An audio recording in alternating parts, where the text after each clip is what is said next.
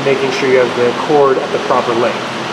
Typically, because of the issues with taper and the heat of the wire, where it'll have to cut faster here and cut slower here, which means that it'll be hotter and it'll cut a wider section, meaning a smaller airfoil.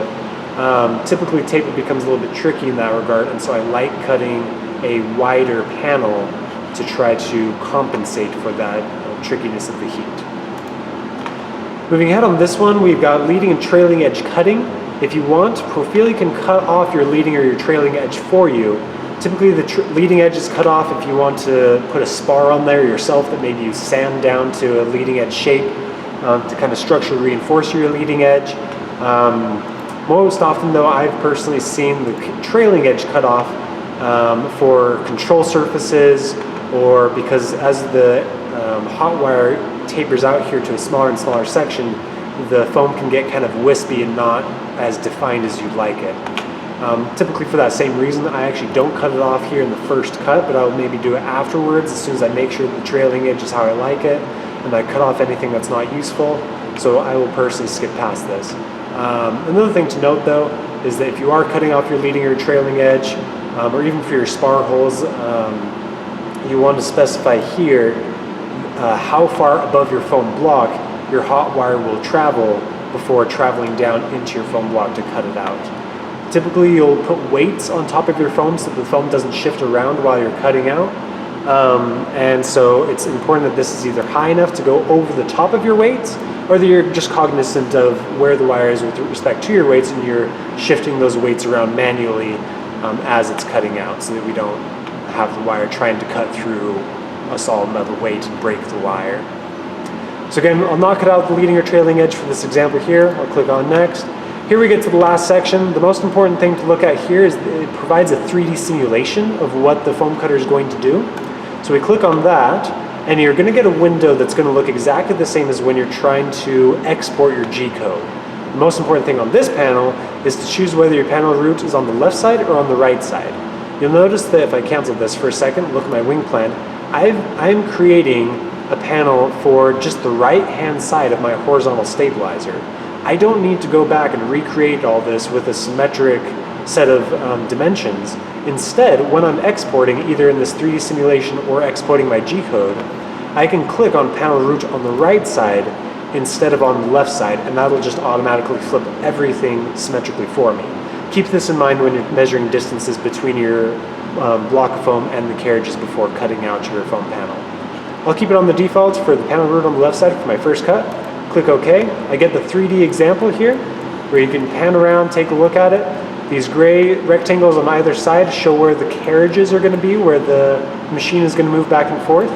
These red lines here show the airfoil that the wire is cutting and how far it has to travel versus the airfoil that will be at my root and the airfoil at my tip. You'll always want to play through this simulation to know what the wire is going to do. So I'm going to click this rewind all the way to the beginning and click play. And you'll notice this hot wire, the white line shows where the wire is going to go. It's going to come up and over my block first, come down into the block and cut out my spar hole. So I can rotate this around, look at it from the top, make sure that on the 3D simulation again, that's going to look like it's flush and parallel to my trailing edge. Look around. That looks good. I'll come back to make sure it's going to come up and over the top of my foam before it tries to cut out the airfoil, not in between. It'll come down and then it'll start actually cutting out my airfoil. And here if we zoom in, we can see there is a 1 centimeter distance that it's going to cut before it begins cutting the airfoil. You can kind of see that by that difference of color right there.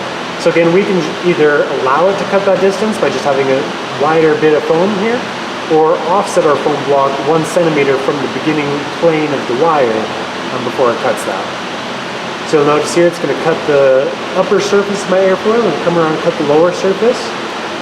If we want to just kind of speed through this, we can click on the race car to have it go a little bit faster, click on the Volkswagen, whatever you want to call this, to have it go slower for different parts. And you can pause it, you can fast forward, or you can rewind. Play through the simulation so that you know what's going to happen. This is also important because if you don't set things up correctly, then with things like taper or dihedral, you can tell the wire to go out of bounds or go into a negative value in either Y or an X, which might potentially be okay with how you have the wire set up, but you don't want excessive things to happen with that, because then you will cut down to either the sacrificial foam or run beyond the limits of what the foam cutters are able to cut. So here we can exit out of the simulation by hitting the door. Everything looks good, so we're going to click finish. And now it'll just be on our list of airfoils here. We can see this ME415TA test horizontal tail with no description that I added. So as soon as we're ready to export this, we just highlight it like I've done here, go to 4-axis CNC, and click Export G-code for 4-axis CNC foam cutting. Again, we get that same window pop up, where if necessary you can change things like the speed and things like that, but the defaults should be set correctly. You can do panel root on the left side or panel root on the right side. So here you will need to export G-code for the left side, panel root on the left side, that would be my right hand horizontal stabilizer, or panel root on the right side, which is my left hand horizontal stabilizer. So I'll click on panel root on the left side, which is the simulation that we watched, click OK, and I'm going to make sure to go to the desktop, click on the G-code folder, find the group I'm associated with, so 415, and my semester, and then create a name for this, where I'm saying TA, horizontal tail, and underscore right, because again I want to make sure that I remember that this is the right hand side of my horizontal stabilizer, and I will need to export another G-code that is for the left hand side. As soon as I click save and come to my file explorer, come again to desktop, G-code, the group I'm with, semester, make sure that it's right there. We'll go through another video where you use this G-code in order to cut it on the foam cutters using Mach 3, but that is Profili for you. If you have any questions, feel free to ask. This is a good time to experiment with a lot of different geometries, a lot of different designs. There's a lot of things you can do here that are good for trial and error before you actually start cutting things out and using materials which you only have a limited supply of, and can potentially damage the foam cutter, so you need to be a lot careful going forward.